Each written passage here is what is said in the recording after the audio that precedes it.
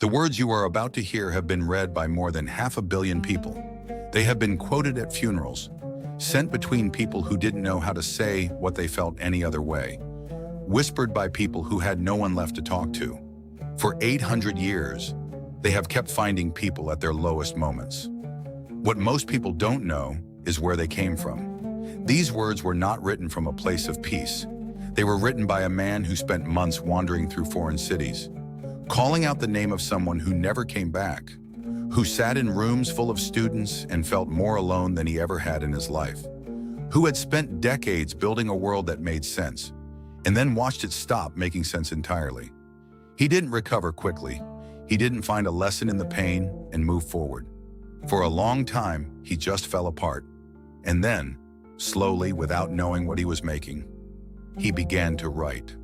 What came out of that writing has never gone out of print in 800 years. This is the story of how that happened.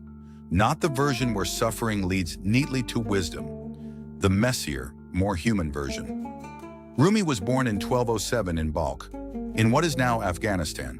His father was a respected Islamic scholar, a serious man, a man of books and careful thinking. Rumi grew up in that world. He absorbed it completely. By his 30s, he had become everything his world valued: a scholar, a teacher, a man with answers. He had students who followed him, a family, a life that made sense from the outside. And he was, by most accounts, deeply lonely in the way that people with many followers sometimes are. Respected, admired, surrounded, but not truly known by anyone.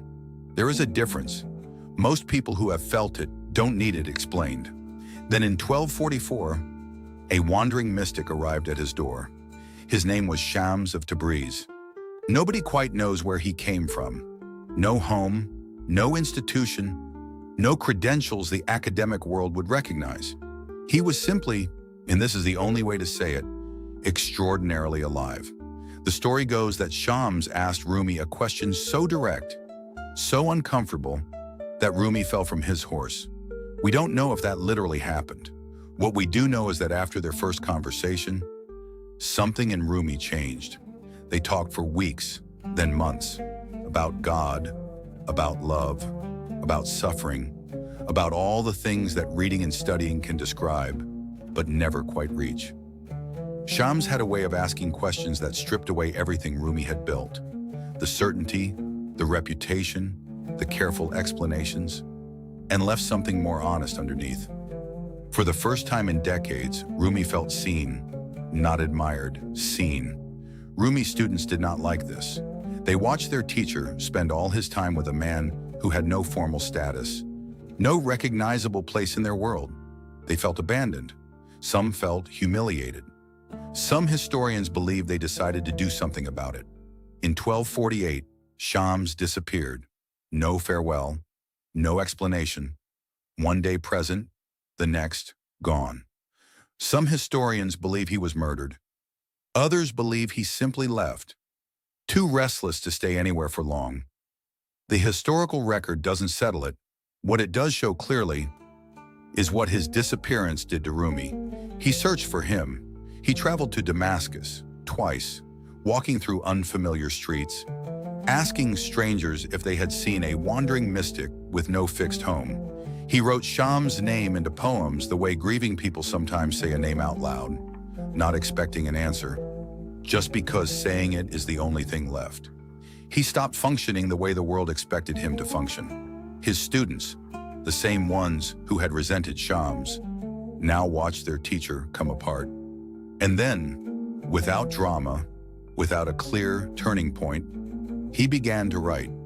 Not the careful theological writing of his academic years, something else.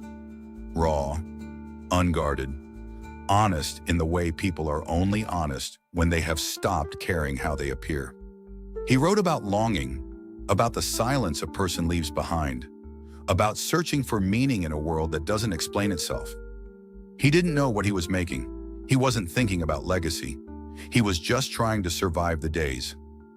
Over the following years, slowly, without any guarantee that it mattered, he produced what would become the Masnavi. 6 volumes, 25,000 lines.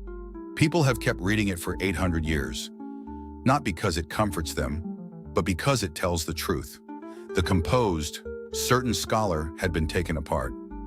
What came through the other side was someone people could finally recognize themselves in.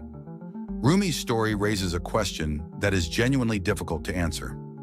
How does a person move through that kind of loss without being destroyed by it? How does grief, which most of us experience as something that shuts everything down, become the very thing that opens someone up? Rumi left answers to these questions inside the Masnavi. Not simple answers, not reassuring ones, honest ones, written by someone who had no comfort left to hide behind. In part 2, we are going to look at what he actually wrote in the years after Shams disappeared. What he said about loneliness, about the grief of losing someone who understood you, about what happens to a person who doesn't let suffering close them. We are going to read him carefully, not as a historical figure, not as a source of quotes, as a human being who went through something and tried to make sense of it in writing. Whether what he found has anything real to offer someone sitting with their own difficulties today, that is the question part 2 tries to honestly answer. Part 2 goes deeper into what Rumi actually wrote, about loss, about loneliness, and about what comes after both. If you want to follow this series, subscribe. The next part is coming.